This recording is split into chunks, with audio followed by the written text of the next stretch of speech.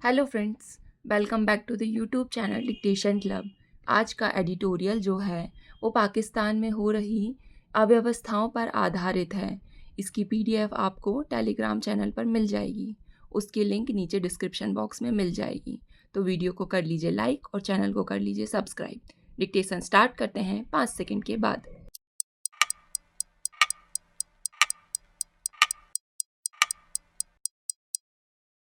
पाकिस्तान की राजनीति एक बार फिर सेना के शिकंजे में जकड़ती जा रही है। नवंबर 2025 में हड़बड़ी में पारित 27वें संविधान संशोधन ने नागरिक शासन और सैन्य नेतृत्व के बीच शक्ति संतुलन को पूरी तरह बदल दिया है। इससे पाकिस्तान में लोकतंत्र का दायरा सिकुड़ रहा है और सेना का प्रभाव संवैधानिक रूप से सर्वोच्च दर्जा हासिल कर रहा है। यह बदलाव न केवल पाकिस्तान की आंतरिक राजनीति के लिए खतरनाक है, बल्कि भारत की सुरक्षा के दृष्टिकोण से भी गंभीर चिंताएं पैदा करता है। इस संशोधन के तहत चीफ ऑफ डिफेंस फोर्सेस का नया पद बनाया गया है, जिसे फील्ड मार्शल आसिफ मुनीर को सौंपा गया है। वह पहले से ही चीफ ऑफ आर्मी स्टाफ हैं और अब थल, वायु और नौसेना तीनों पर सीधी कमान रखने वाले पाकिस्तान के एकमात्र व्यक्ति बन गए हैं। इससे सैन्य शक्ति का ऐसा केंद्रीकरण हो गया है जो पहले कभी नहीं देखा गया। संवैधानिक तौर पर यह पद प्रधानमंत्री से भी अधिक प्रभावशाली बना दिया गया है, जिसे हटाना भी लगभग असंभव कर दिया गया है। मुनीर को आजीवन अभियोजन छूट भी दे दी गई है। पाकिस्तान में यह अधिकार अब तक किसी निर्वाचित नेता के पास नहीं। सबसे बड़ी चिंता यह है कि पाकिस्तान की परमाणु कमान अब सेना का नियंत्रण और अधिक मजबूत हो गया है। पहले के ढांचे में कम से कम औपचारिक रूप से राष्ट्रीय कमान प्राधिकरण में प्रधानमंत्री की भूमिका दिखाई देती थी, लेकिन अब रणनीतिक व परमाणु फैसलों पर सैन्य वर्चस्व और बढ़ गया है। वह देश जो भारत के साथ कई बार युद्ध के मुहाने तक पहुंच चुका है, जहां कट्टरपंथी ताकतें एवं सैन्य प्रतिष्ठान मिलकर नीतियां प्रभावित करते हैं, वहां परमाणु निर्णयों का केंद्रीकरण पूरे दक्षिण एशिया की स्थिरता के लिए बड़ा खतरा बनकर उभर रहा है।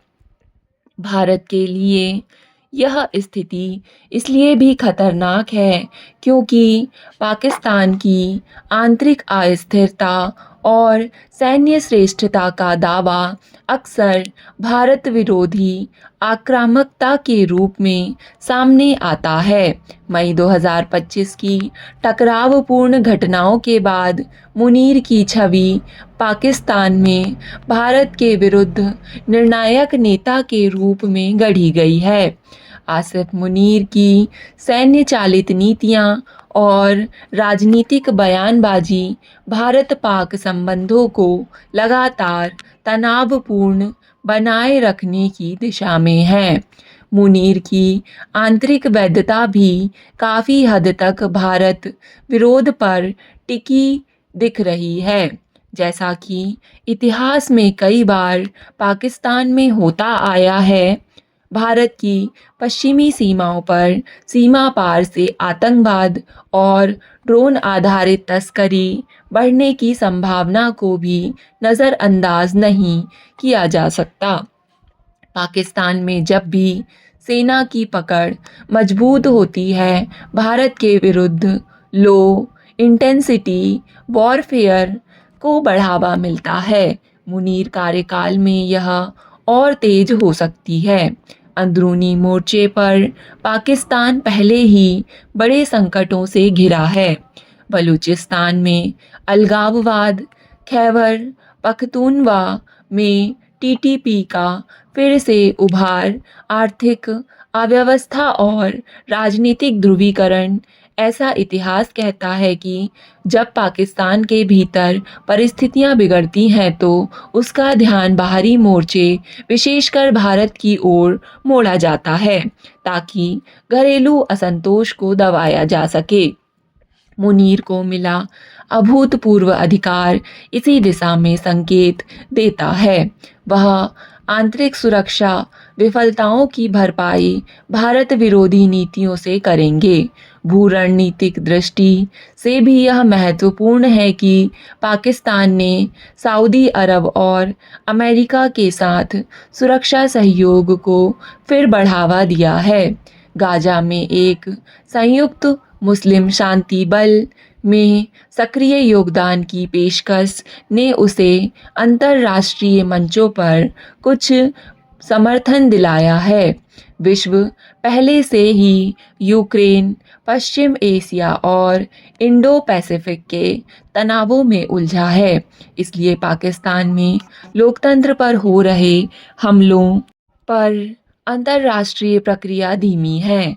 यह पाकिस्तानी सेना को अपने एजेंडा को निर्बाध रूप से आगे बढ़ाने का अवसर देता है, जिसमें भारत के विरुद्ध कठोर रुख भी शामिल है। भारत के लिए सबसे गंभीर प्रश्न यह है कि पाकिस्तान में अब एक ऐसे सैन्य नेता का उदय हो चुका है जिसके पास कानूनी सुरक्षा कवच भी है और राजनीतिक संस्थाओं को दबाने की क्षमता भी। यह स्थिति भारत के साथ किसी आकस्मिक या गलत फैसले से उपजे संघर्ष को का जोखिम बढ़ा देती है। यदि सीमा पर तनाव बढ़ता है या कश्मीर से जुड़े मसलों को फिर उकसाया जाता है तो निर्णय प्रक्रिया अधिक उतावलेपन से संचालित हो सकती है, क्योंकि वहाँ सैन्य प्रतिष्ठान लोकतांत्रिक जवाबदेही से मुक्त है। इस बदलाव का एक और असर भारत के पड़ोसी क्षेत्रों में देखा जा सकता है। मुनीर सरकार टीटीपी को सुरक्षित पनाह देने का आरोप लगाकर तालिबान पर दबाव बना रही है। इस अस्थिरता के फैलाव का असर भारत को अफगान रणनीति और मध्य एशिया के साथ संबंधों पर पड़ सकता है। दक्षिण एशिया में शांति तभी संभव है जब पाकिस्तान अपने भीतर के संकटों को राजनीतिक संवैधानिक ढांचे से संभाले, ना कि सेना के बल पर। भारत को यह भी समझना होगा कि पाकिस्तान में लोकतांत्रिक संस्थाओं का क्षरण केवल एक आंतरिक मामला नहीं है, बल्कि यह एक राष्ट्रीय सुरक्षा चुनौती है। भारत की स्थिरता उसके उत्तर पश्चिमी सीमा क्षेत्रों की शांति और आतंकवाद रोधी गतिविधियों पर इसका सीधा प्रभाव पड़ता है। भारत को कूटनीतिक, खुफिया और राजनैतिक सैन्य स्तर पर सतर्कता बनाए रखनी होगी और अपनी प्रतिरोधक क्षमता को मजबूत करने की आवश्यकता होगी। सवाल यह नहीं है कि पाकिस्तान में अब कौन शासन कर रहा है, बल्कि यह है कि उस शासन का लक्ष्य क्या है और वह अपने उद्देश्यों को पाने के लिए कौन से तरीके अपनाएगा। जिस पाकिस्तान का निर्माण हो रहा है वह भारत विरोधी उन्माद, सैन्य राष्ट्रवाद व बल आधारित रणनीति पर निर्भर प्रतीत हो रहा है। उसके इतिहास से यह स्पष्ट है कि सैन्य शासन ने ना तो स्थिरता दी है और ना ही आर्थिक प्रगति। लेकिन इस बार फर्क यह है कि सेना ने अपनी सत्ता को संवैधानिक वैधता का आवरण पहना दिया है। भारत को सतर्क, सावधान व रणनीतिक रूप से तैयार रहना होगा। दक्षिण एशिया की शांति के लिए जरूरी है कि पाकिस्तान में लोकतांत्रिक व्यवस्था व नागरिक सरकार की भूमिका मजबूत हो, लेकिन जब तक वहाँ सेना सर्वोच्च सत्ता का केंद्र बनी रहेगी, तब तक भारत को एक ऐसे पड़ोसी की वास्तविकता के साथ जीना होगा। स्टॉप। डिक्टेशन पसंद आए तो वीडियो को लाइक तथा चैनल को सब्सक्राइब ज़रूर करें। धन्यवाद।